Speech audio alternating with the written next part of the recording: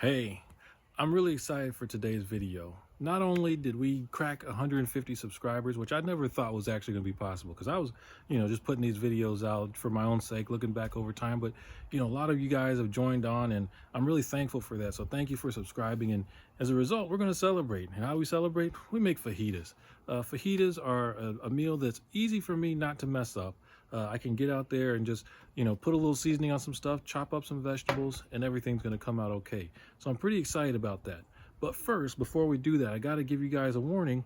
When we're looking for our vegetables, especially you guys that, don't really go to the grocery store that often, because we're cutting vegetables a certain kind of way, we want to make sure that we get kind of tall ones like this that, have a good amount of span here, as opposed to these little short stumpy peppers, because these guys, even though they have a lot of area around them, the way that we slice them, sometimes it doesn't always come out right. So I just want to make sure you mention that. I mentioned that before we go into this cook. But let's go ahead and get ready, prep our vegetables, get ready for some great fajitas today.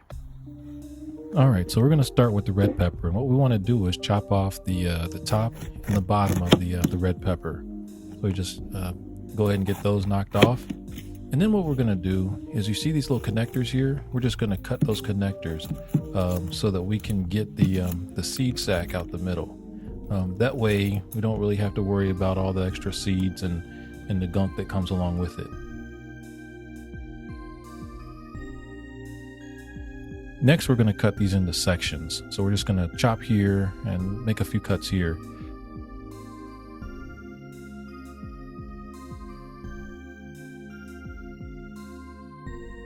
And then after that, you see these little white things here. We're actually just going to take our knife along the bottom of the pepper and slice that part off.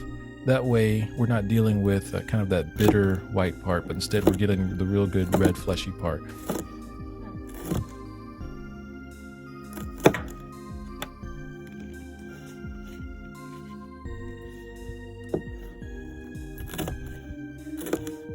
After we're done cutting the sections, we're going to go and get the top and bottom that we cut at the very beginning. We're going to chop those up as well and include that in our pile. We're going to try and make use of everything that we have here.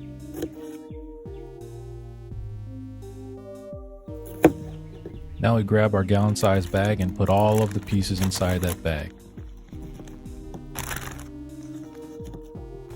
The process for the green pepper is just like the red pepper. We're just going to go after the top and the bottom, cut it into sections, and then chop it up. Use everything you possibly can. With the onion, we're just going to get this into nice slices, pieces where when you eat it, you don't really get a whole mouthful of onion, but just flavors everything that's around it.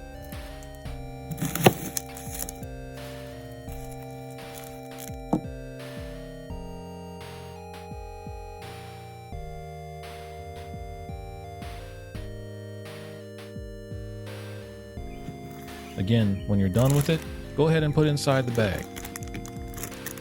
Next, we need to take our bag, put a couple tablespoons of olive oil, and then your seasoning in there, and just go ahead and shake that bag up.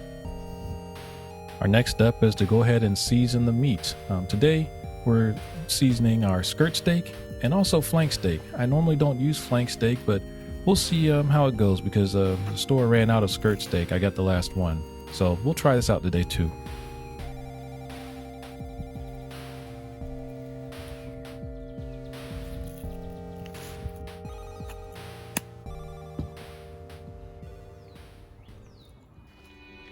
Now it's cooking time.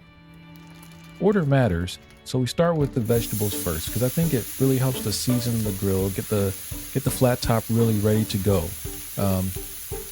We can go ahead and all we're trying to do is take these from kind of a hard raw to something that's really soft and movable and just has a good amount of char on it. So it doesn't really take a really long time for these to cook, but you do have to get in there and just stir and make sure that every piece is getting a little bit of the bottom. Every piece is getting a little bit of that char on there, so it comes out tasting good, every piece of it.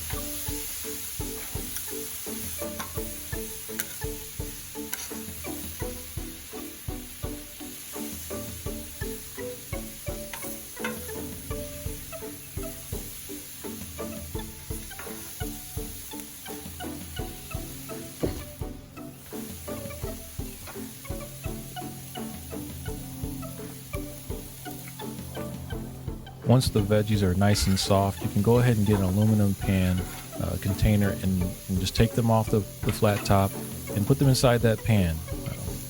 Nothing too special. We're just trying to find a nice place to keep it. Once you get them in there, put some aluminum foil over top of that so that the heat stays in and they can continue kind of their cooking process while you're getting other things ready to go.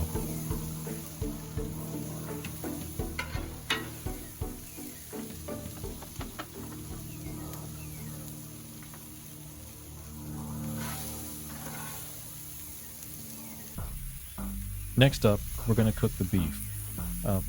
You just go ahead, put that on there, and what we're going to do is we're going to flip this about once every minute or so, so we get char on each side. Don't worry about what it looks like the first time you flip it. It doesn't really matter there.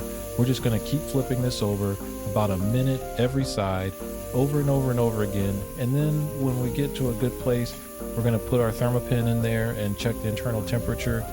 Get it to wherever you want your meat done. Depending on if you want it medium rare, medium, well, whatever your family likes, you cook it to that place.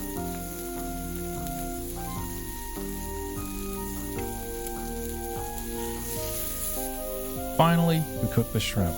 Shrimp does not take very long at all. I used the gray shrimp when I was seasoning these up, but you got to make sure that when you get the shrimp going, that you pay careful attention to it and do not leave it on for very long. You're looking for the color to be a nice translucent white pinky like you normally see when you're eating cocktail shrimp or whatever, but you want to make sure that you cook it but not too much, because once you take shrimp too far it can become rubbery and nobody really likes that. Once everything's done, you just put it in the container and take it inside so that you can cut it. So now our trick with cutting this is we're going to make sure that we're cutting against the grain. So first, my first cut is actually going to be to cut with the grain, and then we're going to come back and cut smaller slices against the grain. These are the ones that everybody's going to eat, and so you cut against the grain so that the meat becomes, the bite is a more flavorful, tender bite, because when you cut with the grain, you're really working against the meat as you're chewing it, and it just becomes very difficult to get through. So that's the one step that you got to make sure you do. When I do this flank steak, I'm doing the same process, just trying to find where is the grain, then cut along that grain just to get into smaller sections, so that then my big sections, or the edible sections, are going to be against the grain.